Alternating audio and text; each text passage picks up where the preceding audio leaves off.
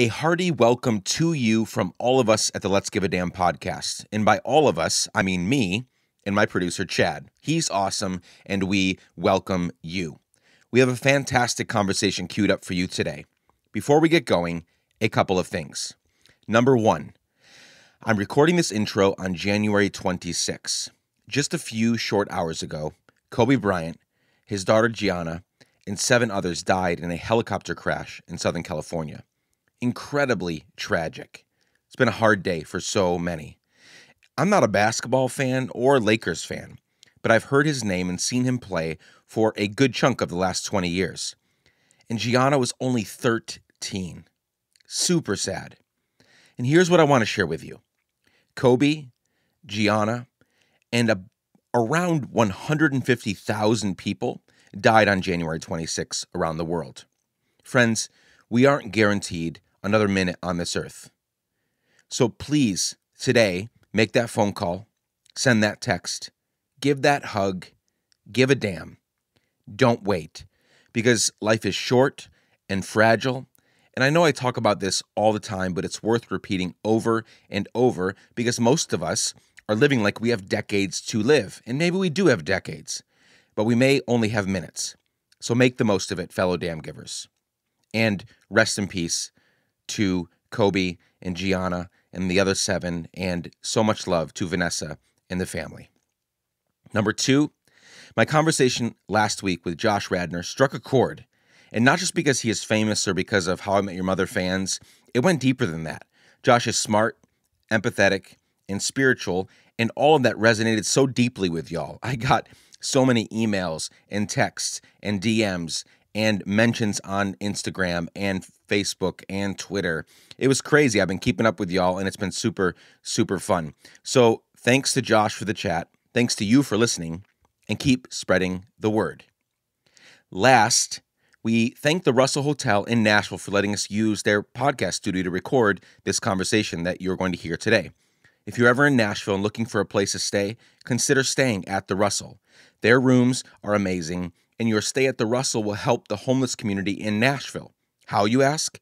Through their Rooms for Rooms program. A portion of your stay will go to help several amazing organizations in Nashville do their work more effectively. That is a win-win for everyone. So please check out the Russell at russellnashville.com. Okay, now for our guest this week, Jamel Campbell-Gooch. Jamel is a native of Nashville. That is, his family has been part of this state since before it was actually a state, when it was part of North Carolina over 200 years ago. Jamel is a violence interrupter in the 37208 zip code in Nashville. You'll learn more about what that means. This brother gives so many damns, and you're about to hear about some of them. Get ready to drink from a fire hose, my friends. Without further ado, here's my conversation with the incredible Jamel Campbell-Gooch. Let's go.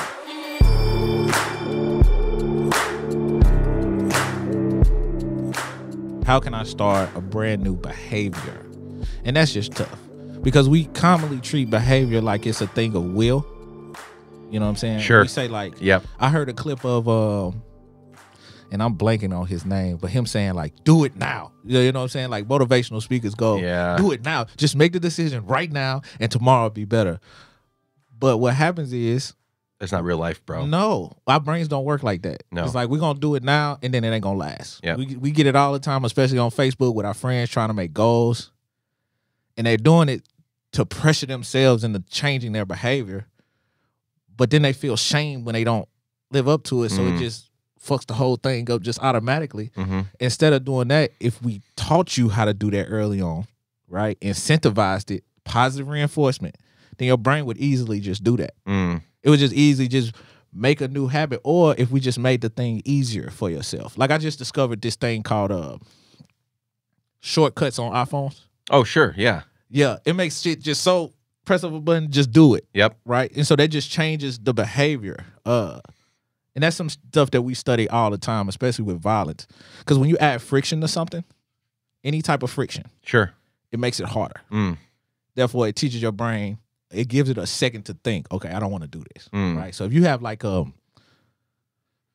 what's an easy addiction that a ton of people struggle with but don't want to talk about it? Porn? Yes. So if you have like a porn addiction, right? Mobile porn. Mm-hmm. Yeah, it's with us everywhere. If you take your device and make it where it has a block on it, then when you try to check into it, it blocks you. You're going to think about it. You're like, okay, I actually want to change this. So the likelihood of you not doing it just rolls exponentially. You could still get around it. Most of those blocks you can get around. Absolutely. But you've got you've got a hurdle that you've got to get over if you want to take the extra step. Versus before, it's like you just get on, you do it, and it's done. Yeah. Yeah. So I got some notes right here. Yeah. You know what I'm saying? Because I love this podcast. I love this platform. I appreciate that. The Let's Give a Damn, the whole branding. You know what I'm saying? The whole idea behind it. Yeah. And I wanted to ask you, and we could talk about this off. Sure. Would you ever consider doing a network? Yes. A network of podcasts. Network of podcasts. Like, Let's Give a Damn network. Sure. Yeah, possibly. Yeah. I mean, that's, here's what I'll say. Yeah. The Let's Give a Damn brand. Yeah. It hasn't exploded. It's not like this global thing, but it has resonated so deeply with people. For sure. I mean, people now, all day, all day, every day, I get messages, in the past couple of weeks, people have started following from, places like Rwanda and France. And I'm getting messages from all over the place. People checking in and saying like, hey, I'm out here somewhere out in the world. And what you're saying and doing like resonates so deeply. I think it's, and it's not super belligerent. I'm not saying like, let's, and it would be probably appropriate to say, let's give a shit or let's give a fuck or something like that. For sure. But it hits people enough that it makes them think about it. Because is it okay for me to cuss? Oh yeah, yeah. Okay, go. I mean, I am a cusser. No, people. There are certain guests I've had on that are like super against it, and then others that are. It's every other word, and I want people to feel super free. Everybody expects it. They know it could happen. So be you. So yes. I mean, sure. Yeah, I would consider it. Okay, now I'd love to have that conversation. Let's have it offline, and maybe offline for sure. Those listening will see the fruit of that conversation at some point.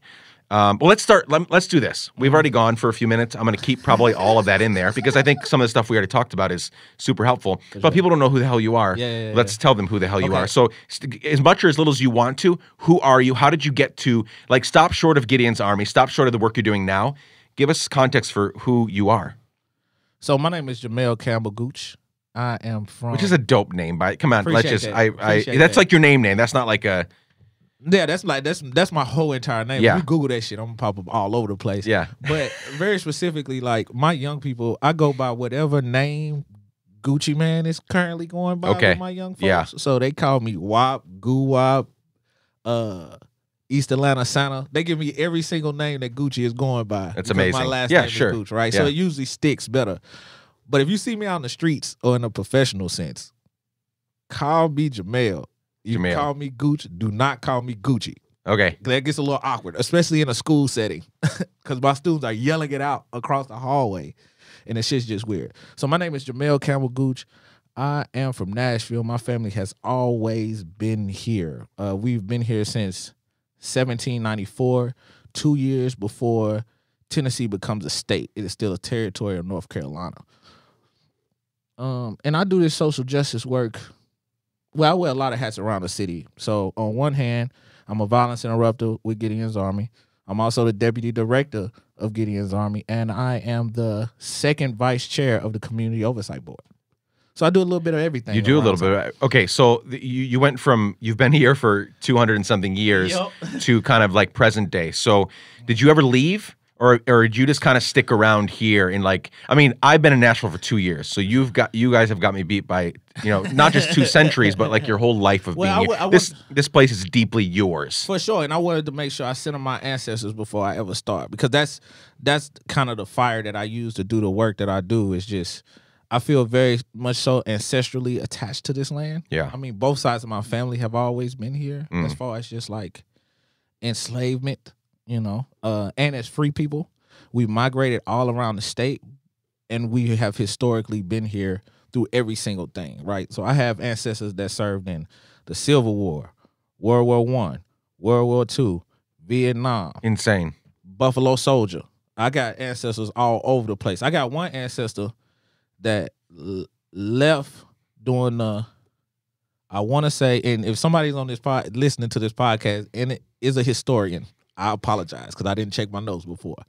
But I had one ancestor that was involved in a conflict on the border of Texas and Mexico, the Mexican-American War, and never came back. So, I mean, two things happened there, right? Either he left, realized that there was some black people outside of the South. Yeah, sure. Found some more social mobility and was like, oh, I'm just going to stay right here. Sure. Or he died, but there's no record. No record. Literally just disappeared. And then I got ancestors that went up north, came back down here. So it's like every single historical event that takes place in America, my family participates in some sort of way. It's insane. That's not my story at all. Maybe we talked about that when we hung out. You know, like I'm the son of an immigrant who came here from Guatemala, and so like we're only a couple decades old being here, you know? Sure. And before that, it was all over Europe and Central America, you know? And so we're kind of new to here, you know? And you've been here since really the beginning. I mean, the beginning. Yeah, and my family is directly, I have an ancestor who was purchased by Andrew Jackson in 1794. And so Andrew Jackson is a land speculator when he purchased my 10 times great-grandmother. Her name is Old Hannah. Right. And so Andrew Jackson is a land speculator. That's how he makes the majority of his money. So he kind of gets the inside track on what's about to become a state. So when Tennessee is about to become a state, he makes large purchases of slaves, which include my 10 times great-grandmother and her daughter, Bet, which is probably short for Elizabeth. And through those, a bunch of the slaves who were enslaved at the Hermitage Plantation are born. Like she has something like 15 children, right? She is considered like the lead cook in the entire plantation. So that's really what I attack the day-to-day work with. It's just like that ancestral attachment, you know what I'm saying? Yeah. That value, that placement, being here for that long and actually having the things, right? So no, I mean, I get that because we've lived here for 2 years and we've been involved in so many things here. We've worked with refugees, and I helped campaign for John Cooper. Like we've done different things here, but it's very like our love for this city is shallow because we've only been here for 2 years. You can't love something that deeply after just being here. And I've traveled a ton these past 2 years. Like I up until recently, I was not here all that much. And you've got the opposite thing where I mean the Campbell-Gooch roots are everywhere. Yeah. I mean, they're probably in more. You have yet to discover all the places that your family has touched and built and grown into. How many family members are here? Oh, I have a lot. So 2 places. So I did my ancestry. So I graduated from Tennessee State University in 2015. That's a historically black college in Nashville. Began as Tennessee A&I, began as an actual Union fortification during the Civil War. It became an HBCU. Most of our HBCUs, our historically black colleges, began as a Union fortification, by the way. And then they became normal schools, which taught formerly enslaved to read and write. So it's the idea at the beginning was education, access to education was reparations, which is kind of a fucked up idea. It's wild. What I'm saying? Like, it's wild. We're going to give you reparations in the form of learning how to read and write, right? Which is wild as fuck. Yeah, it's a basic human right. Exactly. But that's why I read every book I possibly can. Yeah, 2015, I graduated from Tennessee State University with a degree in history, right? Very specifically, archival research and Civil War history. And so what I decided to do, because my mom is probably the oldest person in my family, is just research my ancestry, right? There's all this folklore around my family. There's all these just like basic family shit. But I wanted to take it one step deeper because I've never met any of my grandparents. They were all gone by the time I got here. And so I took like 2 years, 2015 to 2017, to research my family history. And what I was looking for is a bill of sale, right? Because if you can get a bill of sale, then you can look at the person that's selling the property, figure out where they're from, track it to the place that they're buying their slaves from, track that back to a port in Africa, and then track that port in Africa to a place that they're getting their enslaved Africans from. So just so we're clear here, because I'm just so we're clear, this bill of sale we're talking about is for people. It's for they're for, I think most people got that, but I want to make Yeah. that clear. Not a bill of sale for groceries or buying a house or whatever. We're talking you're looking for people. a receipt for a person. A person. Right. And then you're gonna track whoever the broker is back, and then you're gonna track that place back. Right. Yeah. There's also insurance companies. So there's a whole, how can I explain this? One thing that is lost about enslavement, and I know this is very heavy, and this is gonna get lighter as we go. But one thing I don't need it to. Let's get it heavy. Let's get for crazy. sure. So one thing that is just like lost about enslavement is that there's a whole industry built on it, right? Entertainment, any type of industry that's built now, when slavery is prevalent, is built on top of that, because that is the major money maker here. So there's whole insurance companies that are created to insure slaves to go from Africa to here. Whole insurance companies, right? So if you can figure out the broker, you can figure out the insurance company of the boat, then you can figure out where that boat ports at in Africa, and then you can figure out where that port gets its enslaved Africans from. And so hopefully by deduction, you can find out like a general area of where your people are from. So when I set out on this journey, I was actually setting out to change my last name to wherever that place was, right? So if it turned out to be somewhere in Nigeria, like Yoruba land, I would have just changed my last name to Yoruba land. You know what I'm saying? Because I definitely wanted that connection, further ancestral connection, like all the way. Yeah. And just the whole idea of separating from my colonizer, because Campbell and Gooch are European last names. I got that from somebody who owns somebody else. You know what I'm saying? And so I set out on that journey for 2 years. And the first time I showed up at our state archive, I told the guy what I was doing, because new people don't come around often. So they were just curious on why this 6'3" black guy was down here looking through these old books. I was telling him, like, yeah, I'm looking for a bill of sale. And he just looked at me like, that's gonna be tough. He was like, a lot of those purchases were illegal. A lot of the records are sloppy. And so it's gonna be like finding a needle in a haystack. Fast forward 2 years, I found it. Whoa. And that bill of sale had a couple names on it, right? The major name was Andrew Jackson.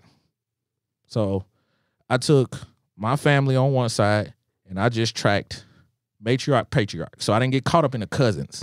Sure. That's all. You know what I'm saying? And it landed me 2 places, right?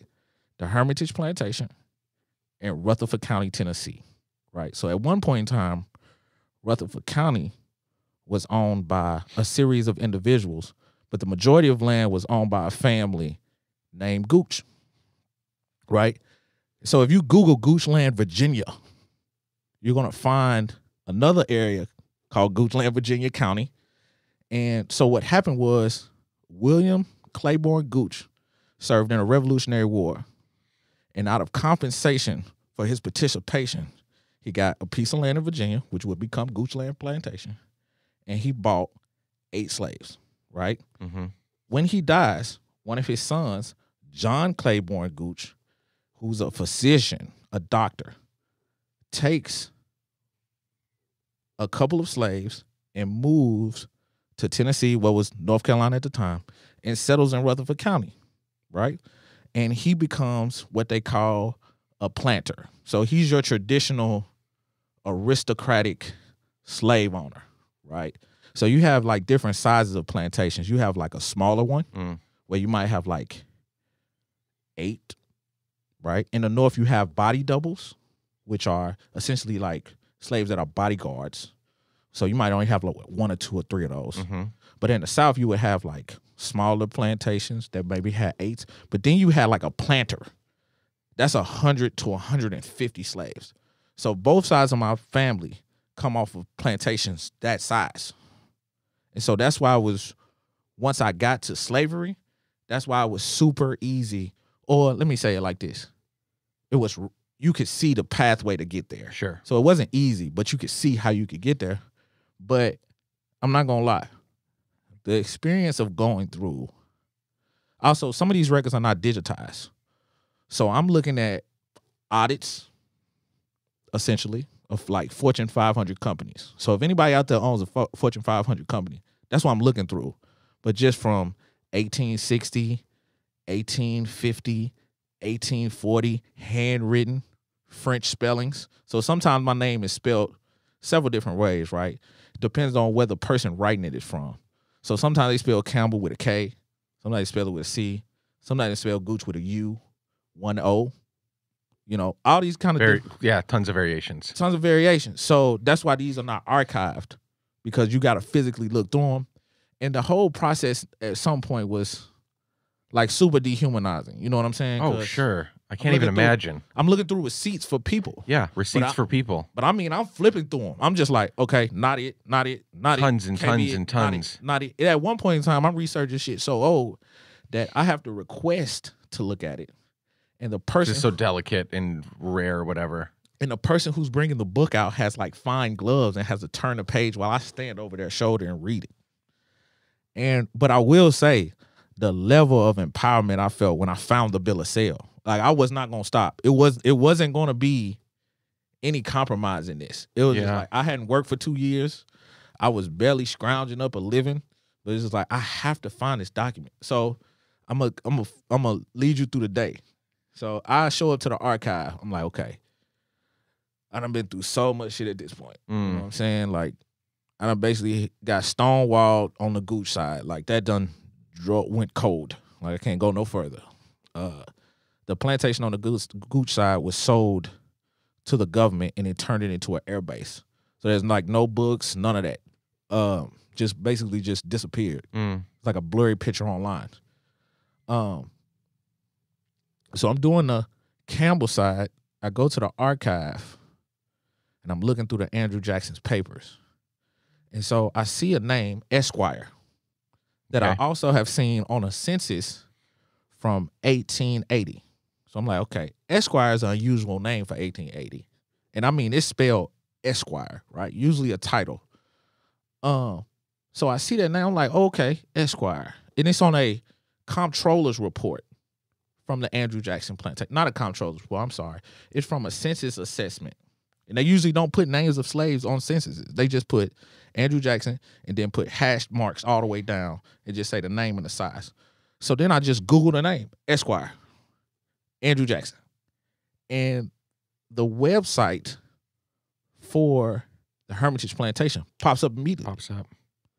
So after I see that, now I'm at the archive. After I see that, I email somebody over at the Hermitage. I can't remember her name. And I say, I think I'm related to this person. Here's the census information that I have from my family. And this is who I think I'm related to. She hits me back immediately. This is your ancestor. This is a photo of your ancestor. This is a bill of sale. And so I go to the archive and verify the bill of sale. I'm just like, you found it. Got it. Holy shit. What a feeling. So how many you said 2 years, 15 to 17. How many hours did you spend, or how, you know, like, put it into perspective for us, how much time it took you to get to the place where you send that email and get that information back, and boom, you found it. So I was working part-time at Cole Haan while I was doing it. It's like a men's, is that like men's clothing? Men's like, store. Shoes, yeah. So in like a Green Hills Mall type, you were. Deal. Yeah. I was there. So I probably scrounged around like maybe like 5 hours, maybe like 25 hours a week. A week for 2 years. For 2 years. So 25 times 52. 50, you know, is gosh,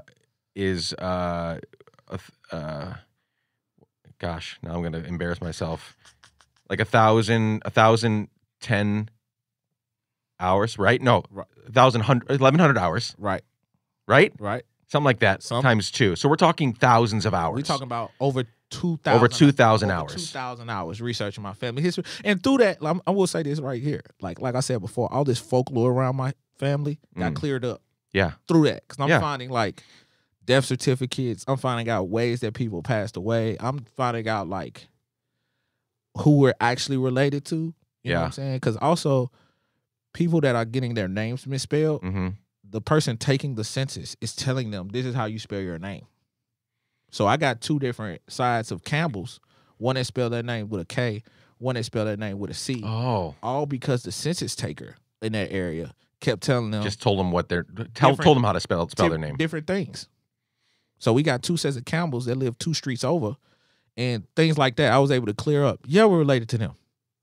Like I was able to clear up just like certain folklore about my family too, and then give them all of that information. So I am, you've got like 23andMe and Ancestry.com and all that shit, right? And I've been pretty adamant about not doing it because I don't want them like, they're selling your DNA to Absolutely. whoever the highest bidder is on the other end, right? Absolutely. Somewhere in the fine print, page 4, it says, that so they're making money on you later on. And I just don't, I'm not a conspiracy theory person, but I don't trust anybody these days. I don't think we should. No. I mean, look at our government right now. But I am intrigued by this. Like I'm sitting here thinking, man, how much about my family do I not know? Because I mean, like, so my dad is Guatemalan, and we look as a family, we look Latino, right? Mm. And he has a ton of relatives there. But then when all this like Ancestry.com stuff started coming out, a few of my siblings did it, and we already knew that a lot of Laparas had come from. I mean, even the name is European. A lot of our family came from Italy but then once like we've ended up finding out, at least my brothers, which I assume I'm sort of like them in terms of makeup, that they're mostly Italian and French with a little bit of Guatemala.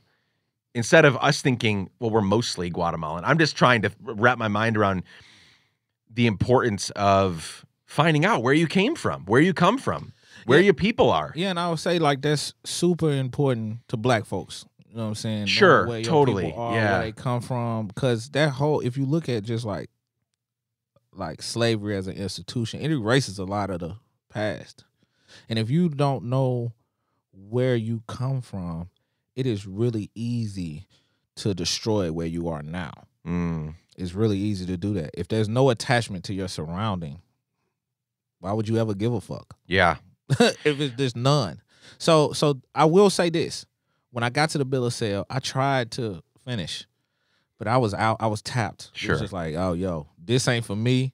This for whoever come after me who got an interest in this. So I took the information, packaged it really well, and then I did a presentation for my whole entire family, like a 3-hour one. And the presentation was only 30 minutes. But then the rest of the time, questions, because they had no clue what I was doing. Totally. They just asking. So I'll give you another one. So I have a family heirloom, right? It looks like 2 clamps. It looks like 2 combs that you press together, right? It's 2 wooden blocks that have bristles at the end, and they fit together. Mm-hmm. No one knows what it is. They just like, somebody gave this to us. How big is it, or how small is it? Like fit in your hand? So it can't fit in your hand. So it's probably about the size of a ruler. Okay. It's 2 of them. Yep. They both have long handles, and you clamp them together. Mm-hmm. Like a clapper kind of thing. But they have bristles on the end that fit together. So once you put it together, like teeth, they kind of like fit. Yeah. And they kind of stay. They interlock. So I was able to find out the reason why we have that is because Esquire is a cotton gin engineer, and it is a cotton strainer that fits on a cotton gin. Been passed down through my family forever. But they had no one had any clue what this thing was. They had no clue at all. But you found out. But I found out through finding the bill of sale. Yep. And then going up to the Hermitage and bringing them the cotton strainer. And they were like, oh yeah, I know what that is. Yes. And so all of that information, like seeing my family's eyes light up, right? Yeah. Seeing them just download so much information and just process it, because we also don't have pictures. So I'm just clearing up the oral history that has been passed down, because there's bits of it that is true, but then there's bits of it that are missing. So as I'm putting the pieces of the puzzle together, making the picture, there's some speculation still. So I had a family member that was notorious for carrying around a .22 caliber pistol, even before it was cool, just notorious for it. And they had no idea why. Once I let them know that this person traveled everywhere. This was a traveler. So we got census information where he's not here anymore. And then where he just pops back in, and then he pops back out. So since this person is a traveler, he probably carried a firearm all the time. Right? I had another cousin who would pop off. It was just like always folklore about them just having a really short fuse. Well, this person was in World War I. So we know that their brain might have been a little fucked up. Yeah. You know what I'm saying? But no one knew that because everybody who knew the story had been gone. So just little pieces. So yeah, that's why I do what I do on the daily. Yeah, no, that's insane. So tell me, how do I say this? There's so many questions here. When did you start? You clearly give a damn, right? And you give a lot of dams. Was that? Where did that come from? Was there something that happened that sparked it, or was it a gradual thing? Yeah. Did it come through this trying to find all the shit out about your family? Like, how did that happen? Because I'm always curious to discover how people like get going. So I grew up very much so in a very close. I grew up very close to violence. You know, it was kind of like all around the community I grew up in. So I grew up in a zip code in Nashville. That is 37208. You know, at this point, it's like highly being gentrified, like the rest of our country at this point in time. But when I grew up there, it had the highest incarceration rate in the country, very specifically for the people that were born in the year that I was born in. So growing up in an environment where it's violent, and when I say violent, I'm not just talking about community members. That's only one form. When I'm talking about violence, I mean food deserts are violent. Yep. Gentrification is violent. Bad city transit is violent. Low economic access is violent. High concentrations of poverty is violent. And so I grew up in that area. And seeing people, so I say it like this, I don't really have no homies that I grew up with. They're gone. I made it off of my street by luck. You know what I'm saying? Yeah. So growing up in that area, and my family has always been there. So when Nashville was segregated, 32nd Avenue North was considered a colored part of town. My family lived there. When they moved from the Hermitage after the Civil War in 1865, they landed directly on 32nd Avenue North.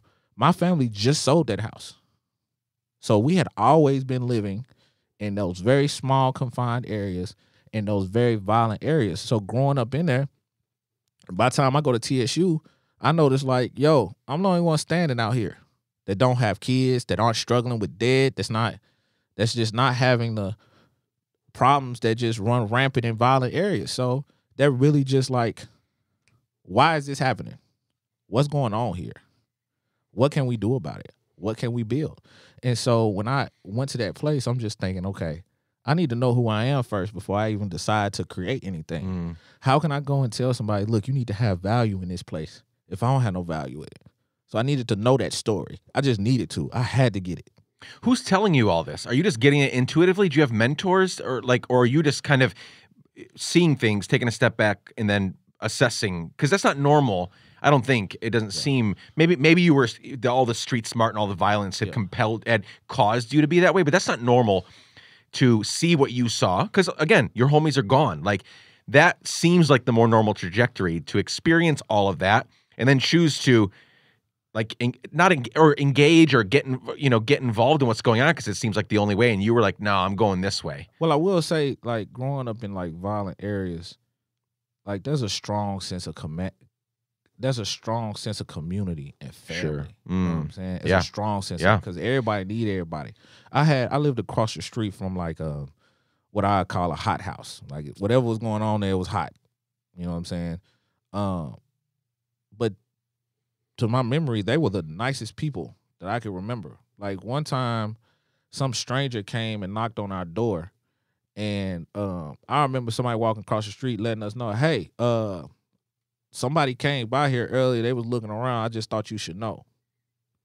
And this is somebody who society would tell us we should be afraid of. Of course, yeah. You know what I'm saying? So seeing that two-ness, You know what I'm saying? Seeing that we're in a highly violent area, but there's a sense of community and peace and love here. But also having gunshots at night. You know what I'm saying? Also seeing like blue lights go up and down my street all sorts of times of night. We had to end up tinting the windows because the blue lights were so heavy on my street that none of us could get sleep in the house. It would light up my entire house in the middle of the night. Yeah, tint the windows on your house. That's nuts. Behind the bars. Sure. Yeah. Which was even more wild. Yeah. And my mom probably be wild she probably gonna be upset I shared this story. So at one point in time, she had to show me how to knock the bars off the window just in case the house was on fire. She had to show me how to do that. You know what I'm saying? But growing up in it, I didn't notice it at all. You know what I'm saying? It was normal. Also, like after school programs, you know what I'm saying? Like I did a lot of like African-centered after school programs that the only instrument I know how to play is the djembe. The only other instrument I know how to play is the gunga. You know what I'm saying? So I really went through a two-ness. I think W.E. Du Bois calls it a two-ness. Being able to code switch, go back and forth. That was very important. My mom also was the first black secretary in General Sessions Court. So I live in a violent area. What year was that? Maybe like early 90s. That's wild that it was 90s and she was the first. I always want to point that out because people are going to think, oh, it was the 50s or 60s. No, like it's way sooner than way more recent than we want to. Absolutely. And it's this wild thing about being the son of a black first. It's just like a wild thing. It's a thing. Being the child of a black pioneer is wild too. You know what I'm saying? So I would go from hearing gunshots at night to literally sitting in the courtroom or being behind the veil with judges. You know what I'm saying? In a traditionally white space. So like I grew up and then going to an after school program that was really African centered.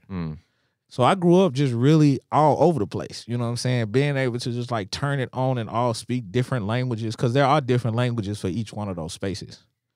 So I would say that whole experience just made me feel like, what's going on here? Why is it set up like this? Why are all these spaces so different all the time? I mean, literally, they'll be completely different. Just completely different. And so I really felt the need to, once I got older, to figure that out. And so the first place I could start was just me. Like, I want to figure me out all the way. Everything that my mom has learned from her mom and her mom has learned from her mom and why they had to learn how to survive like that.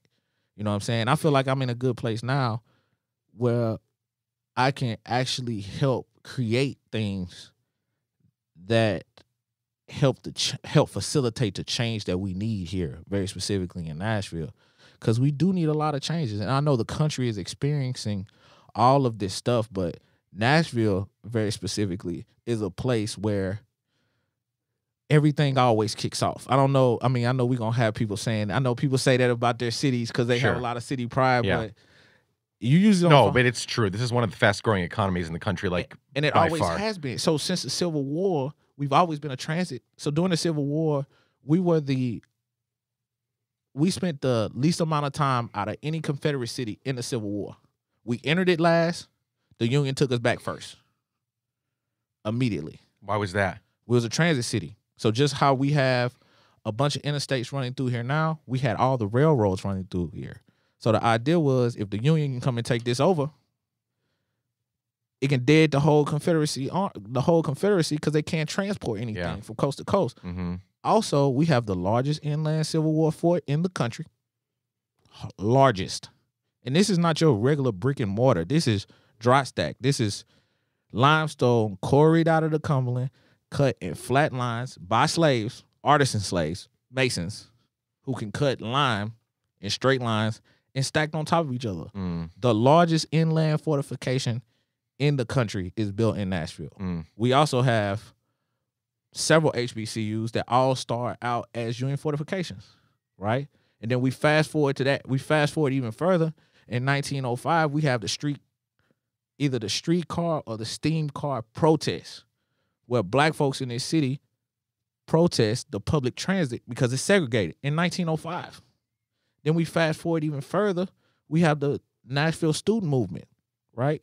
Which is a protest led by young people that go to HBCUs against segregation, right? So Nashville plays this very central role when it comes to these large historical events. We even called the volunteer state because we get the most people to volunteer for wars. That's insane. So we're pivotal in everything. Also, at this point, we're the headquarters for these large conglomerates. We're the headquarters for the CCA. So we have these things that are dynamics in Nashville that are leading other spaces in other countries. So, I mean, in other states. So Nashville just plays this pivotal part that I think we lose sight of sometimes. Yeah, totally. Well, let's talk about there's so much we could talk about there, but we'll do a few of these over the next year. You know, we'll get back together and do this. Let's talk about Gideon's Army. Okay. Why Gideon? Why Army? Tell us all about it. So Gideon's Army is a biblical reference. Yep. And our organization is all predicated on just like it only takes a select few to make a institutional change. So we were started by a former teacher who was losing students at alarming rates to gun violence. And so she had this one particular student who said to her straight up, like, what's the point of doing any of this if I ain't gonna make it to 18? That's a wild thought. But they had to think about that. And unfortunately, that was real. And unfortunately, it happened. He only made it to 16. And so she stepped out of the classroom and created Gideon's Army to hopefully address youth violence. And so since then, we have been moving in ways to create institutional change here. So we kind of got our national notoriety in 2015 when we were the lead organization out of a coalition of organizations to release what we call a Driving While Black report. That's what the report is called. And that report quantifies racial bias in police traffic stops in Nashville. So I'll give you one thing. Do it. So what we found out when we did the report, and this is all through public records requests, so this is public information, is that in 2015, well, late 2015, early 2016, our police were pulling people over 8 times the national rate. Very specifically, black men. 8 times the national rate. 8 times. This is 4 years ago. This 4 years ago. And we went and presented, that's just one finding. And we went and presented this type of information to the council, letting them know, look, something bad is going to happen here. We're pulling people over 8 times the national rate. And unfortunately, they decided to not do anything about it. And I think they tried to do things about it, but I don't really feel like it was urgent because the Driving While Black report was community-based, community-led, everything, right? So there was no institutional buy-in here. These were community members sourcing these numbers, data mining these numbers, putting this report together, bringing up the demands. They wanted to talk about why are we framing it as demands and not recommendations, right? Getting caught up in the lexicon. Sure. Not really motivated, or I don't know what was going on. But unfortunately, we had 2 people die right after in traffic stops, right? And then 2 years later, the policing report comes down here from NYU Law, releases another report that says the exact same thing, which the finding is overall, traffic stops do not defer crime. Straight up. That's clear. We got national studies at this point, all over the place. Traffic stops do not defer crime. And so ever since then, we have built or created systems to hopefully help transform conflict in the city. Right? So we have programming in like 3 different areas. So we have programming in schools, we have programming in communities, and we have programming in courts. Okay. And that's to hopefully take care of our young people holistically. And when I say young people, I mean youth, young adults, and children. Our overall mission is to dismantle the school-to-prison pipeline, save our children from death and incarceration, and become a unifying force for all children in Nashville.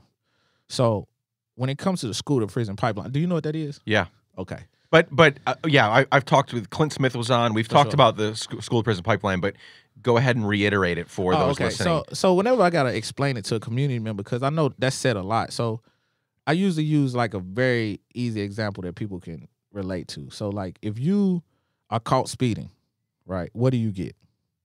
Ticket. Okay. And if you keep getting those tickets, what happens next?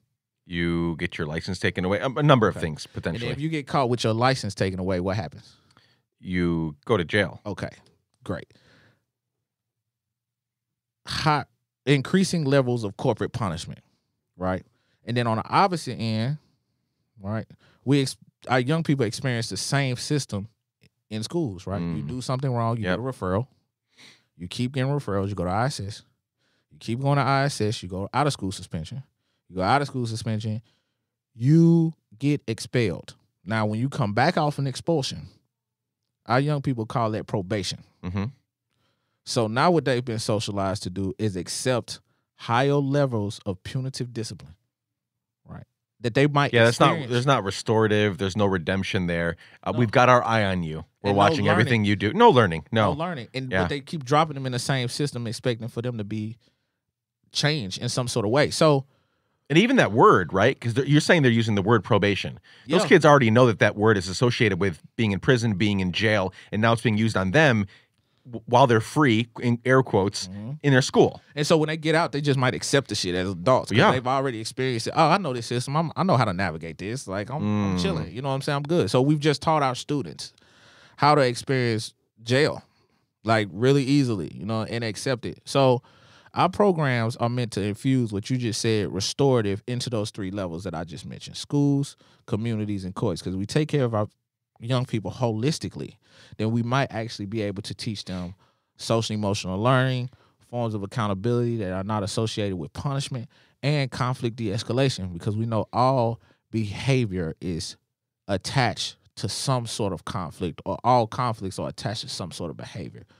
So our school-based program is called The Zone, right? And that's a restorative-led circle for people that have received infractions from the day before. So what happens is you do something wrong, something simple, something silly, like a cell phone, right? You text at the wrong time.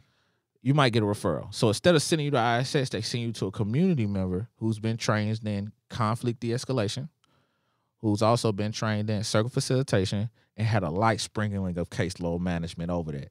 And you've talked to them about why you're doing it. So if I had to give you like a solid example, like 2 years ago, I was the circle facilitator at The Zone. That's what we call them, circle facilitators, because you're not just dealing with one student, you're dealing with a bunch.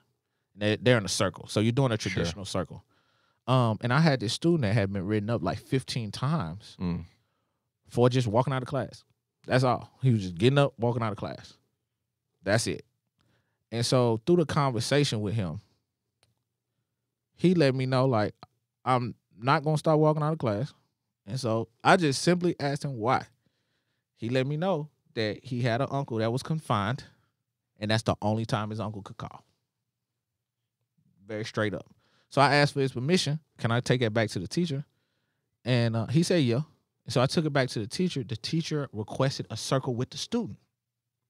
So I set both of them down. We worked out an agreement where he could stop disrupting class, still answer his uncle's phone call, and not get ISS over and over again. Because by the time you get to 15 referrals, it don't matter the context no more. It's about the 15. It's about the 16. They're looking at numbers. Referrals. Yep. Exactly. So that's very much so The Zone. Also, the circle facilitator usually lives in and around, or lives around the school. So the kid knew me from like the grocery store, the basketball court. So it wasn't nothing new really going on. He just didn't know what I did. Yeah. So that flattened out all the power dynamics in the room, and that really allowed this kid to come and actually have a conversation. So that's the type of things we do in schools. And it has been proven to lower suspension. I want to say, excuse me if these numbers is wrong, Nashville, but for the 2 years it was up and running at Pearl Cone High School, which is in the zip code that has the highest incarceration rate in the 37208. Yes. It lowered suspensions rate, that's both in school and out of school suspension, by 70+% Holy shit. in 2 years. Right? That's a huge number. That doesn't mean the behavior wasn't happening anymore. Sure. But that means that the system was built where we can actually start teaching students. And that's what was happening. The students were learning. And also peace agreements were being made between the student and the teacher. So we have a navigating of power dynamics that are like improving our young people's lives really easily. Also, through those conversations, you might get something like, hey, I ain't eating in 2 days. So it's very hard for anyone to pay attention. Yeah, there's so many factors there. I was thinking about that as you've been talking, like how many things are going on. You ask some simple questions of that kid. Now really you find out, I got to take the phone call. It's the only time he can call. I want to talk to him. And I say I probably even called the uncle. I want to say I called the uncle. One time he came out of class, he brought the phone to me, and I let the uncle know what was going on. Yeah. So now we just did whole family wraparound services, and we know that's what our young people need if we want them to change their behavior, or if we want them to change their relationship to conflict. Yep. They need services. We need whole families to be resourced and secured to change anything. But it's easier in the prison system or in our schools to just start checking them, up to 15, and then you're this, and then, any more, this happens. Like, it's easier to do that. And I don't even, I'm kind of seeing now, I have 3 kids in school. They're all in elementary school, but now seeing just how intense it is to be a teacher, like, I kind of feel, it is such a hard job. It doesn't excuse the shitty things that happen to these kids, but it's a hard job. And I will say teachers love us because they know we stopping stuff that they can't stop. We also know that they ain't going to have to deal with it no more. They know that. Sure. Also, when it comes to the zone, anybody can request a circle. Students can request a circle with a teacher. Teacher can request a circle with a student. Teacher can request a circle with an administrator. Admin can request a circle with somebody else. So when the whole thing is administered, we have an accountability measure that is not based on harsh punishment really easily. And what we're building is a community. We're building community agreements, community peace, community de-escalation learning, all at one point in time. So the school kind of transformed. You have this what once was a rigid power hierarchy gets turned over, and we get a system of shared power like immediately. You know what I'm saying? Like I said, within 2 years, we were already there. And now we're at McKissick doing like a school assessment because that's a middle school and it looks different. Because also, like the thing about the zone is it has to be tailor-made to fit your school. Like every school is going to be different. Everybody's going to have different dynamics. And what I also will say, the principal at Pearl at the time, she gave us pretty much, she was just like, we want this done, get it done. And we got it done. We got it done. So that's our school portion. Yeah. Now we got community and courts, right? Great, man. You was probably a great student growing up. Oh, I was good. I was. With that type of memory right there, that was wild. So our community section is our violence interruption program, right? That's where we treat violence like a public health. And this is a model that's used all around the world. So it's the Cure Violence model that comes out of Chicago. And we're the first time in Cure Violence history that a grassroots organization is trying to implement this model. So we're not an official Cure Violence site. Right. But I love Cure Violence. Their model fits restorative because it's all relationship based. Yep. So what we try to do is what we say is we try to interrupt the transmission of violence, right? So if you look at a map of gun violence and you put it next to a map of the flu, it's going to look very similar because gun violence pools and clusters like a disease. Straight up, it's transferred community member to community member. So if me and you lived in an area, right, if we were next door neighbors and you had something violent happen to you, you came back and tell me, even if I'm your friend, it's going to put me in even if I'm trying to take even if I'm trying to be like a neutral. defensive. Yeah, even yeah. Oh, if, sure. Even Yeah. if I'm trying to come to your defense, Yep. I'm still gonna be in a violent state. Yep. Right. And if we don't know each other, most likely whatever harm you commit after that is gonna be in that area. Mm-hmm. Because Yeah. we take it home. But what our violence interrupters is what we call them. We interrupt the transmission of violence. So the way you interrupt violence is on one end, you de-escalate, right? Because we know most traditional gun violence is attached to a basic disagreement. And then on the opposite end, you try to stop the retaliation. Peace build. So if you can build peace, de-escalate, then you actually interrupt the transmission of violence all day long. Yeah. Really easily. Mm. And so what we do is we go into the community, we canvass high crime areas or areas that I experience a lot of gunshots. Just so everyone knows, the area code 37208 has 1/3 of all gunshots happening in Nashville. And how many zip codes are there in Nashville? That's a lot. A lot. That's a lot. That's a lot. And one zip code has 1/3 of all of them. And I know, so that's considered North Nashville, right? That's considered. I'm in North Nashville. 37209 in West Nashville, so we're And kind of that's a border. neighbors. It is a border, yeah. I can get to I can get to North in like 7 or 8 minutes. And I will say the violence spills out that way. Sure. Too. So, like I said, it clusters. But I will say 1/3 of all happens in one little area. It's wild. You know what I'm saying? And that's not an indictment on the people that live there. No. We're talking It's about the all these systemic things that attribute and that help and that encourage those kinds of things to happen. Absolutely. So we canvass that area. We interrupt the violence in that area. And I will say we've probably been up and doing it probably like the last 7 months. And we've had a 7% decrease in violent crimes in that area. That's all crimes. That's all violent crimes. Now, our number one goal, our number one mission is gun violence. That's what we address. But all the other violence is predicated on gun violence too, right? When you say you're, sorry to interrupt, when you say you're canvassing, like obviously I know what that means, but like what are you doing? Because you were just canvassing before you walked into this interview, right? Sure. And so like what does that entail? So we just walk through neighborhoods, really. Just we meet neighbors, meet people outside, just kick it with them. The people that I'm with. So in order to be what we call a violence interrupter, you have to be a credible messenger. Sure, yeah. That means that you were once a part of the problem that you're trying to solve. It also means that you have a great community reputation right now. So when we're walking through those areas, we seeing people we know. It's 5 of us. We seeing people we know. We hollering at people, seeing what they need. You know, we giving out phone numbers. We just keep in touch with people. Because when violence happens, we have to rely on our relationships in order to stop it. Yep.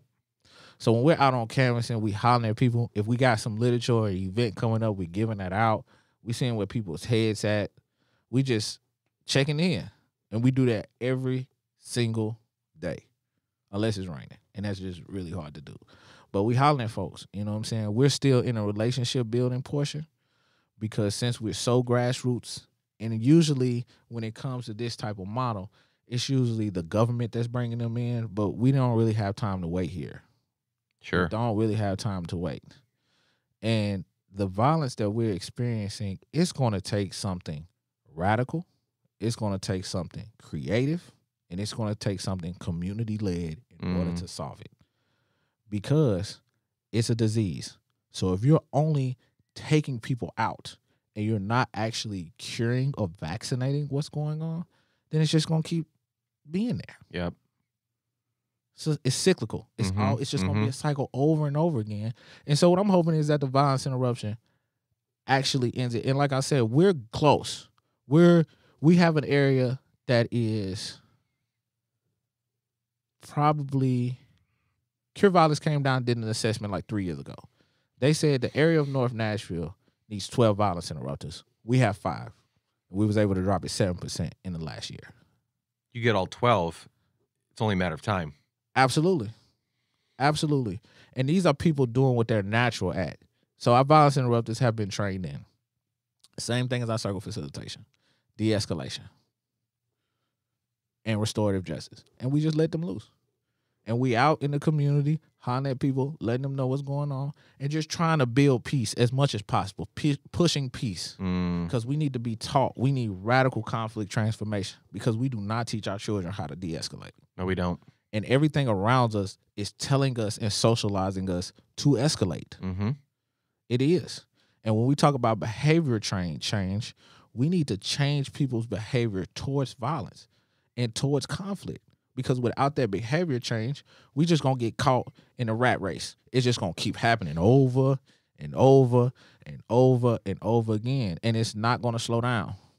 So that's what our programs are really tailored to do, is deprogram people from violence and give them the tools necessary to de-escalate and not continuously escalate things.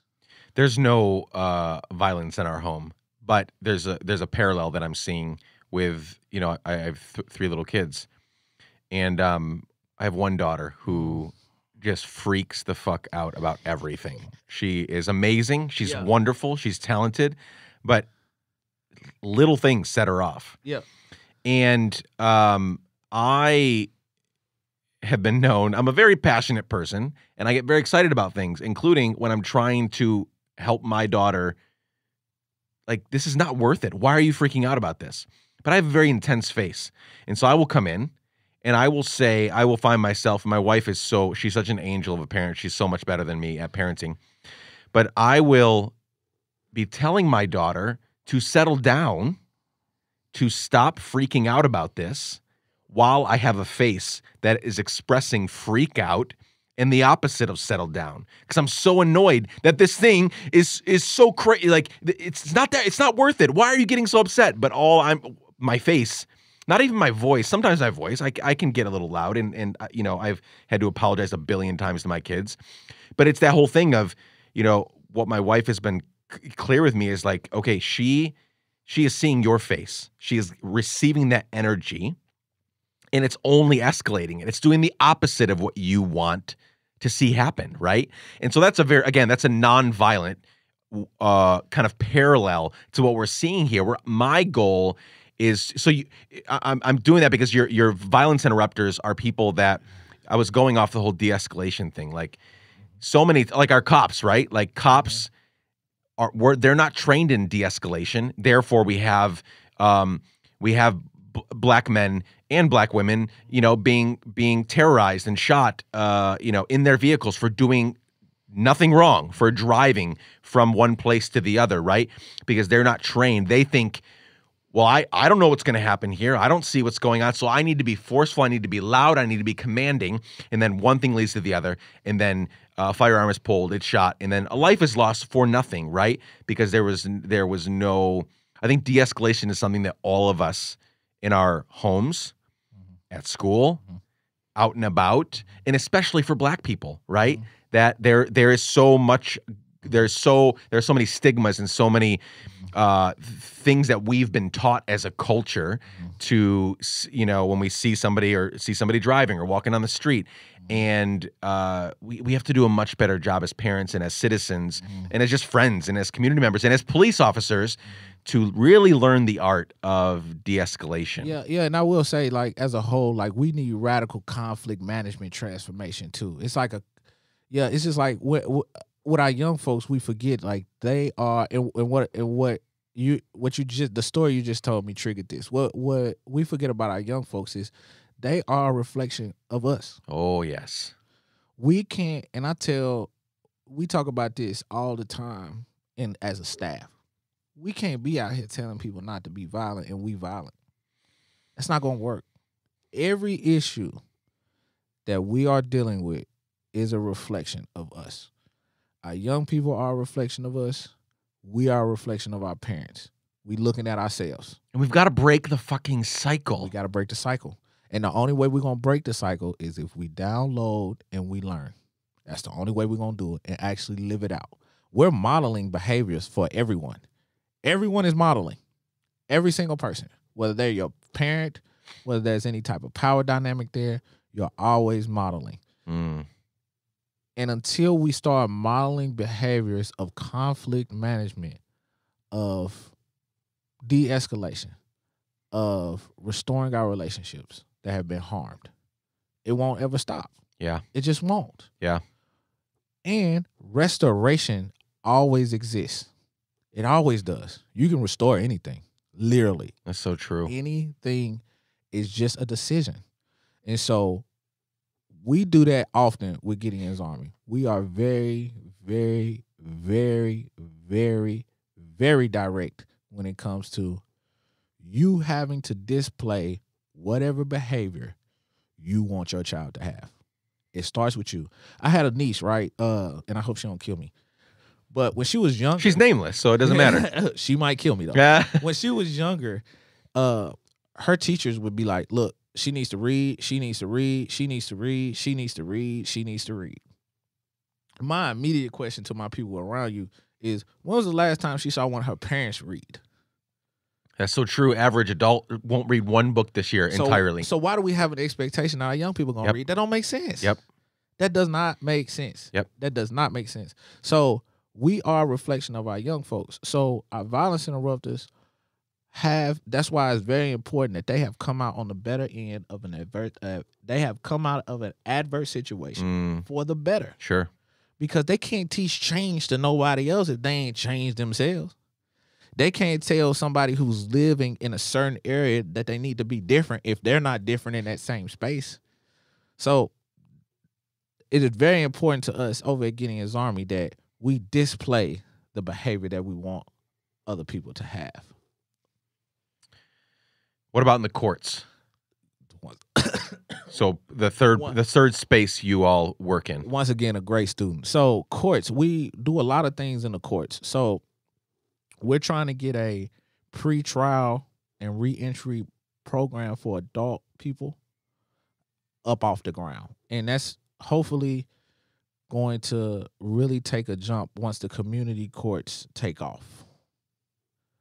A couple years ago, we helped write a program that's a juvenile divergence program here in Nashville. We don't run the program, but we help write it. So we're really hoping that our court piece pops off because we need to start deprogramming people from violence, right? Because if you coming out of a place of confinement, that is a very violent place to be in. Oh, yeah. It's every man and woman for him or herself. Exactly. Yeah, you're just trying to survive. And they've been socialized to handle things a certain way. So we need to really be intentional about deprogramming people from violence. That's just how it needs to be across the board. And so I'm really hoping with these 3 programs, we really try to take care of whole families, right? Yeah. Because there's a couple of facts. 1, you cannot police or arrest a problem away. You just can't. Nope. If you have it's a Band-Aid and a terrible one, as we've seen historically. And it's going to keep popping off. Yep. It's going to keep hurting. Yep. Let me put it like this, right? I'm an old country boy. Old country boy. Like I said, my whole family from here. And if you like a country, most likely you live near a body of water. I live near a lake. So if the fish in the lake keep rising to the top, right? You're not just going to keep pulling fish out of the lake because there's something wrong with the water. So we have don't drink that shit. You don't want to. And we have gotten really good as a society at fish solving problems, right? Maybe that fish shouldn't swim this way. Maybe that fish needs some guidance. We'll even take one fish out that managed to survive and put them back in the toxic water and be like, all right, teach these other fish how to swim in here and survive, right? We even incentivize that even more. But what we do is we need lake restoration. And let me just give you a hint. The fresh water in a lake is at the bottom. Yeah. Usually the low fish are the ones that are not experiencing the toxic water. So when we talk about these things, I think a lot of the times we keep it at fish level, and we just need to start talking about lake level. We need to start talking about institutions that have historically hurt people, that have historically taken advantage of people in vulnerable communities, and we need to start either creating alternative systems or we need to start radically changing the system that we're a part of if we ever expect said thing to end. Do you know Raheem Buford? Yeah, so he was on the Good podcast a few months ago. Very good people, and I just saw a picture of him with Bryan Stevenson. The film Just Mercy just came out. Saw it last night. Yeah, what thoughts? I'm gonna be honest. Go. I'm gonna be really honest here. Sometimes movies like that, being a historian, an activist, an organizer, and a nonprofit director, trigger the fuck out of me because we're in it so often. So when I'm looking at those movies, I'm thinking about the people that I'm serving. You know what I'm saying? Yeah. And so it's difficult sometimes. But what I will also say is this is a moment where we can actually start talking about I hope so. carceral punishment. Yeah. And how it's not good. No. And so I really did appreciate Just Mercy for starting to ignite that conversation because I think sometimes, and this is something that I struggle with just generally, sometimes I have these conversations so often that people that don't sometimes just get on my nerves. Yeah. I'm just like, you don't see all of this toxic water around you? But then I have to remember it's hard to tell a fish that they swimming in water. Yeah. It's just hard. Yeah, and sometimes it takes, unfortunately, and I think it is unfortunately, but unfortunately, sometimes it takes a major motion picture, right? A big film with Michael B. Jordan, and it takes something big to get people to realize how fucked up things are. For sure, they're not going to listen to Jamel Campbell-Gooch in Nashville, Tennessee, in the 37208 zip code. For sure. Because is it really that bad? And then you hear, or like Raheem sharing his story, it's like, well, okay, that was one guy. But then you kind of see how fucked up the whole Bryan Stevenson thing was, how crazy it was, how insane it was that this guy was going to go away for, to kind of, and for it to be on such a big platform. And I think that's unfortunate that people don't listen to the smaller voices that are in it every single day, and you kind of got to get the big thing. Yeah. But, I'm still grateful that now that conversation is happening at a much different level. I mean, Chris Sacca, a billionaire investor, he funded part of the film. Like, now you have people that have historically been putting their money into building tech companies saying, I want to put some of my money into making this film a reality, So the conversation's happening at a much bigger level on multiple issues, but this one needs to happen because there are so many. I mean, we have tens of thousands of primarily black men that are in prison today for selling weed, smoking weed, whatever. Something that I do on a regular basis, and I'm not a white guy, but I'm Latino. I'm fair skinned compared, and it's like something that I do and that a lot of my homies do on a regular basis, and I don't fear, I don't fear ever going away for that. There are people in prison for a long, long time for that, or even for an actual crime, like with Raheem. It was an accident, it wasn't something he intended to do, but he's in prison for 26 years for killing someone. But then coming out, like you said, now all they know is survival. All they know is they have been kept like an animal in a cage for 26 years, 15 years, 30 years, whatever. And now they come out and they don't know what to do. They don't know how to live. They are handed a bag of belongings when they walk out. And then it's like, go figure your shit out. And in a year, in 6 months, in 18 months, they're going to be back in there again because no one is helping them figure out, what does life look like now, 26 years later? How do I get a job now? How do I want to lead a decent life? How do I do that? I have no idea how to do that. And that's why I say we need just well-resourced communities. We need well-resourced families. We just need more resources in pockets of poverty because that's the only way we're going to end things, right? Like, even when it comes to just like violence, it's usually attached to a basic need. Of course. So if we fix that basic need, we actually end that violence. We have to move from, and we're going to have to move from eliminate and alleviate. We got to start eliminating things, not alleviate, which means just to make it hurt less. We got to get out of that mode. You know what I'm saying? We've been in that mode for a decade, like hundreds of years. Yeah. We got to start eliminating things. The only problem is that there's profit in just making it hurt worse. There's no profit in eliminating it because you're putting yourself out of business. So if we're always trying to make a profit, it's always just going to be alleviated, which is going to let the oppression just change. You know what I'm saying? Like, I've been really excited around this invest, divest language that we've been talking lately. It's like just a movement around the country of divesting out of things that are hurting people and investing in things that are servicing people, like you just talked about, right? Because that movie was a service. You know, it's guiding this narrative, this national conversation about reframing punishment and accountability, which is what we need, right? Sitting in a cell isn't teaching you anything. Like, you might make the best of the thing, you know what I'm saying? You might make the best of the punishment, which our brains do, but you don't deserve to be in there. Not for nonviolent offenses. Now, we can get into the weeds and talk about other things, but the invest divest language is just really sparking my brain off when it comes to just talking about these issues, because we do need wholesale buyout. But when you buy out of things, it's human behavior. We need you to be participating in something else.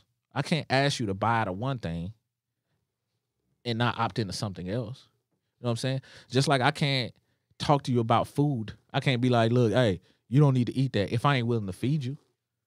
That don't make sense at all. And that's all we're doing right now is don't do that, don't do that. That, you know, and not offering the actual service, and one that is healthy and good for them, and showing them how to get it and take it and all of that stuff. Yeah, totally. And I'm definitely like a visionary and an idealist, and I think that we can come to a place where we are creating things that are solution based. I don't think we have to keep participating anymore. If you got an idea, you can create it. And I'm pretty sure you can find the people to help you create it. At every step of the way, even when we was organizing to get the community oversight board, people told us several things. And this is usually the way the system responds when you try to change it. We've been doing it. We already noticed it, and we're trying to change it. Or we don't really care about what you're saying. We don't really have time for that. The system responds in those three ways every single time.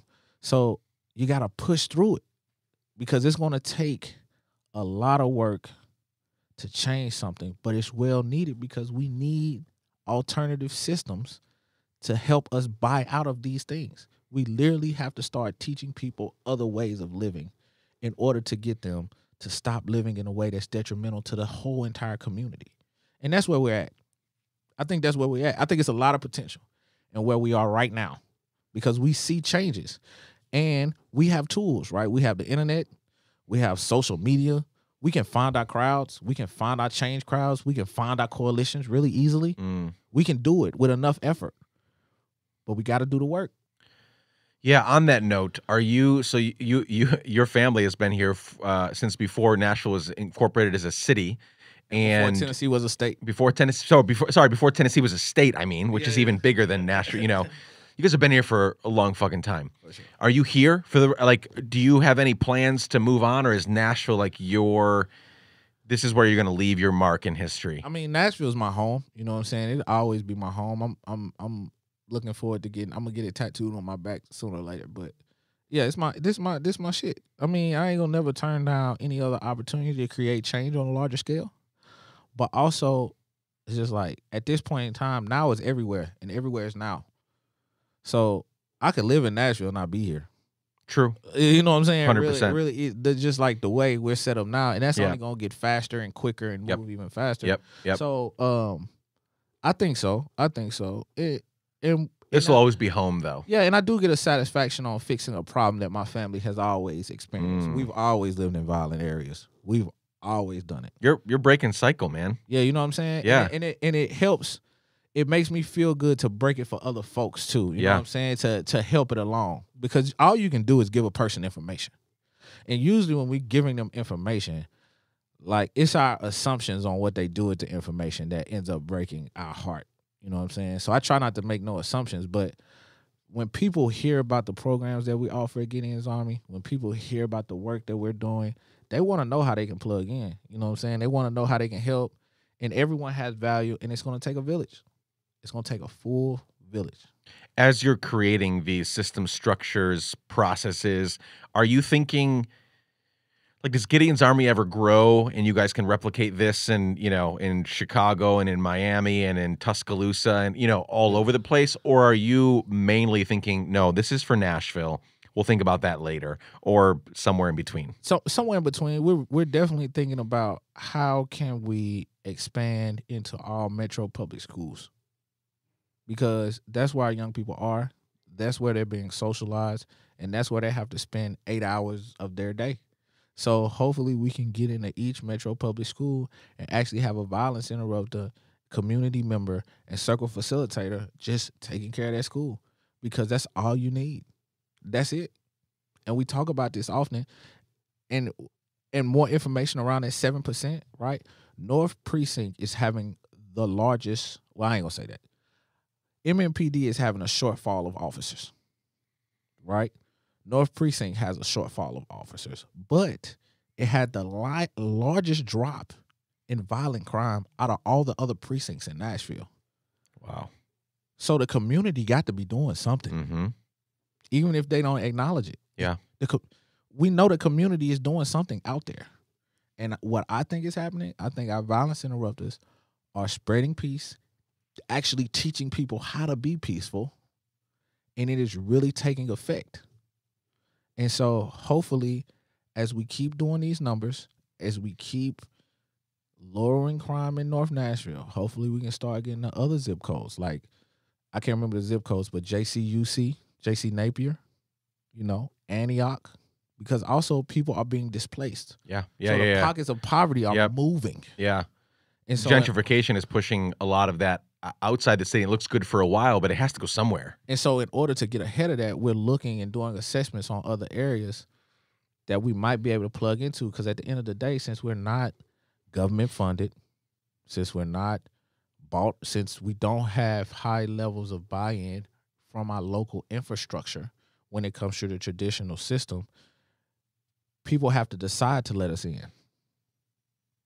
And we're really doing an assessment of other areas to see where we can find more allies, to see where we can get more stability. Also, we need to make sure this is sustainable too.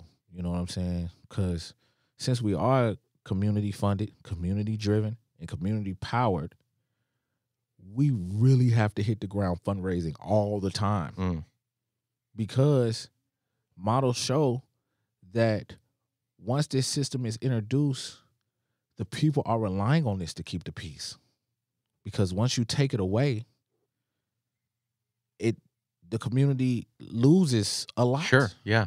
Just by taking it away. So we've really been trying to focus on being sustainable, getting a lot of resources, getting a lot of capital coming in to where that we can get to the point where we can start really making sure that we have well-resourced families. Because that's the only thing that's going to solve this issue.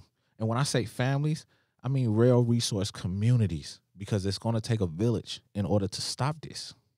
What's coming? How is Gideon's Army funded? Is it mostly individual donors, or do you guys get grants, or how does that happen? So we get a little grants every now and then, but the majority of grants that we get are match grants. So you got to have capital up front.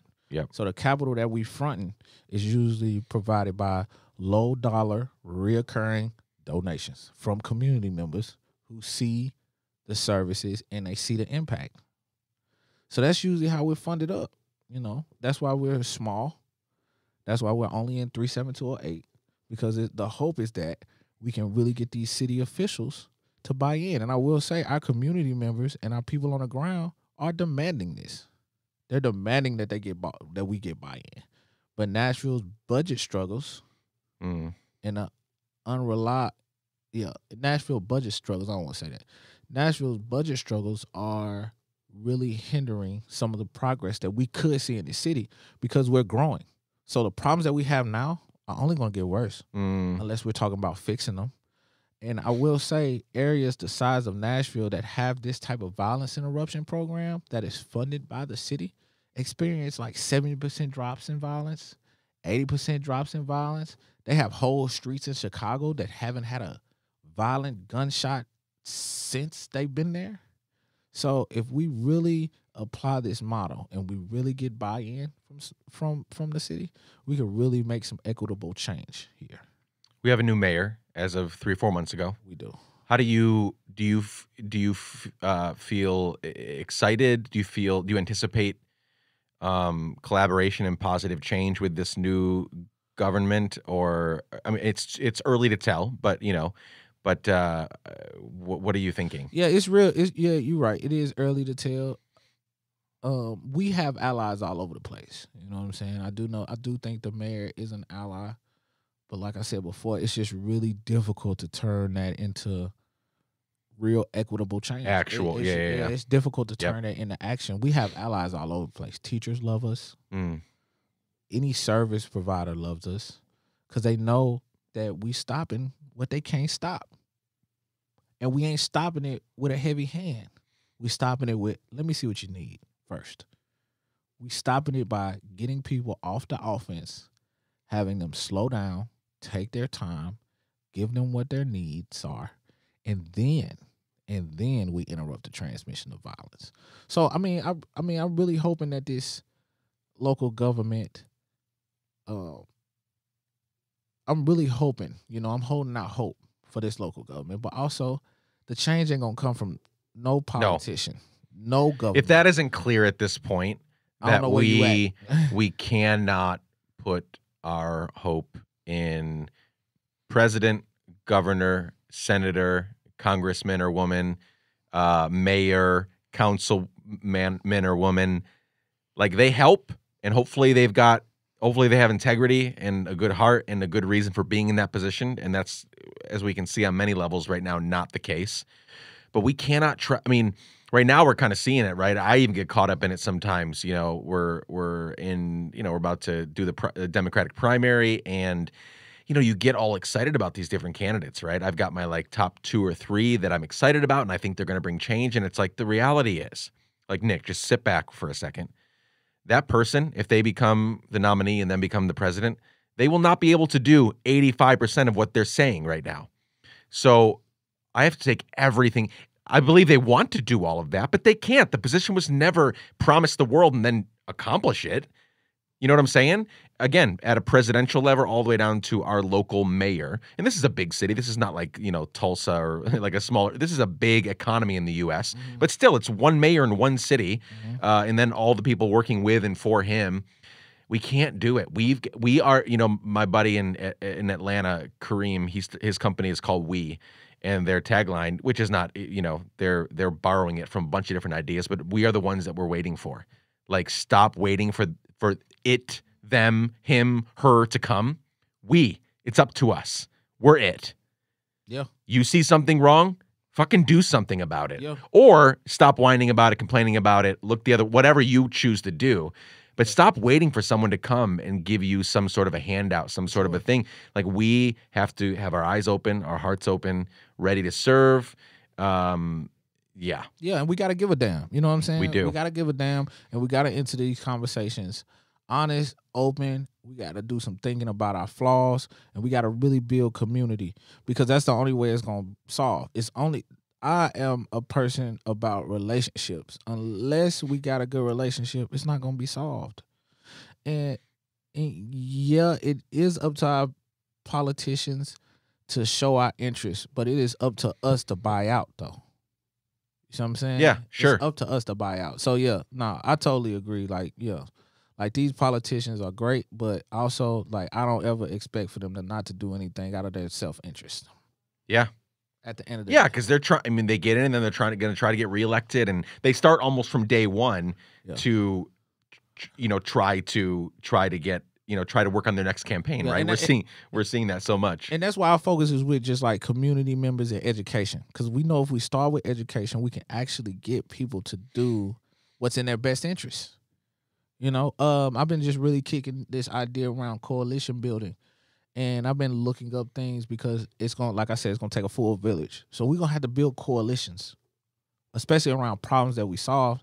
And I found some good literature that basically said, set common core values, talk about when the coalition is over. First two conversations. Set a really good goal that is a marker for when it's done. And I mean, you can rebuild it after that. Sure. but it'll stop people from butting heads. Because I think what conflict is inevitable. So if we set a coalition in a community and we don't know when it ends or when we go our separate ways, it's gonna run its course. So I really think that, like you said, it's up to us. We have to build these things that we want to see. We have to present these solutions. And also, we really got to open our minds, because I was telling the homie the other day, it's unfair. You know what I'm saying? It's definitely unfair for people out here to have to be presenting their own solutions at all times. That's a lot of pressure. That's a shit ton of pressure to put on community members and have them thinking that they're supposed to be presenting their own solutions. And we need to be bringing community members to the table with their own source of power. No tokenism. And that's what happens in our system for some reason. I mean, we know why, but the tokenism just will destroy anything, right? Yep. Like taking that fish out, like, this is the fish that survived, now teach everybody else. And so we just really, I think, like you said before, man, I definitely see the hope out here, because everyone knows that it's a problem. So we ain't gotta just argue over none of that shit no more, because we know that it's a problem. So we can actually come to the table and start talking solutions. Let's begin to wrap up this at least round one of our conversation. For sure. We'll do other rounds. How old are you? You're young. I just turned 30. Shoot, you're so young. I love it. So I predict you living a long and happy life. So we're looking at like another 80, 85, 90, especially with all the, Elon Musk's going to figure some shit out and we're going to live to 120, 30. I'm all in. We're going down. I'm ready for it. But you live a long and happy life full of I'm going to paint a scenario real quickly, then ask you a question. Mm-hmm. You live a long and happy life serving people, Gideon's Army, a whole bunch of other shit. You live well. You give lots of damns. And you get to the end of your life, you pass away. And for some odd reason in this scenario I'm painting, this picture I'm painting, I am giving your eulogy. So everyone's gathered.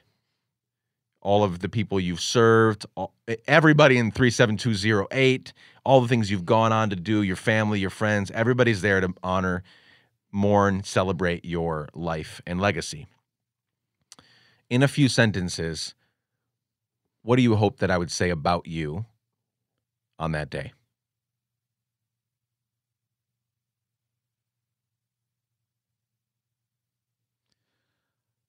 Something to the effect of Jamel was powerful in the place that he stood. Jamel was powerful in the place that he stood. Well, I don't think it's something to the effect of that's it. I always want to be powerful in the place that I'm standing. That's it. Because that can be transferred everywhere. Yeah, it can. So that's what I would want everyone to remember. He was powerful. I love it. What do you want people to do after this conversation is over? Where can they go find you, Gideon's Army? If they want to get involved, or if they just want to keep tabs on what's going on. Yeah, so I got a couple of streams. So do it. I have a page called Black Storian, BLACK Storian. If you want to see some good, we didn't even talk about that at all. No, we did. So sure, it's history narrative. Feel free to follow me there. People don't know that that's me either, so keep that on the low. Okay. Nashville Red on all social media is my personal account. So if you go to Nashville Red, in your bio, it actually has a link to Black Story in there. They can follow everything from if they go to Nashville Red. Yes. So if you just Google Nashville Red, I'll pop up. If you want to get involved with Gideon's Army, go to GideonsArmyUnited.org. Hit volunteer, hit donate. Do what you can do. Every little bit helps. Every little bit. Literally. I think sometimes people stop because they're like, oh, I can't do 100, 500, 1,000. It's like, no. Like, skip a few lattes, send a few bucks. That fucking helps. Absolutely. And like I said before, most of our donations are small dollar. Small, yeah. You know what I'm saying? Small dollar reoccurring donations. So, yeah, you can also follow us at Gideon's Army United on all social media platforms and just plug in, man. And also feel free to just let me know what you think about this. I'm pretty good about my DMs. That's how I connect with my young folks. Slide into those DMs, right? For sure. Just not for some Netflix and chill. Nah. For work. For work. For collaboration. And also, if you got a comment, question, all of that, you know what I'm saying? That's the only way we're going to build is through honest conversation and dialogue. Dialogue, there are no opposing ends. It's a circle. Jamel. That both of those are good. Both work. Jamel Campbell-Gooch, thank you so much for joining me on the show today. Everyone, I think, will have enjoyed this conversation at this point. You're awesome. Let's do it again soon. Blessings.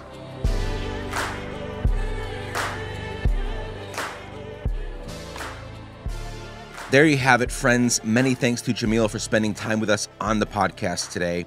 If you have any questions or thoughts about this conversation, you can find me anywhere and everywhere on the socials at Nick Lapara or at Let's Give a Damn. Make sure to follow Jamel on social media. He's at Nashville Red on all social media, and you can follow Gideon's Army at Gideon's Army United on all social media. They're doing hugely important work, so follow along. This show is created by me, edited by Chad Snavely, and the music is by our friend Propaganda. Please share this episode with people you like and with people you don't like. Just make sure you share it. We put a lot of time and love into these podcast conversations, and we want to get them to as many damn givers as possible. Just a reminder that it will take you less than 15 seconds. Hit the share button in your podcast app, copy the link, and send it to your friends right now. I can't wait to spend time with you next week, friends. So much love to each and every one of you. Peace.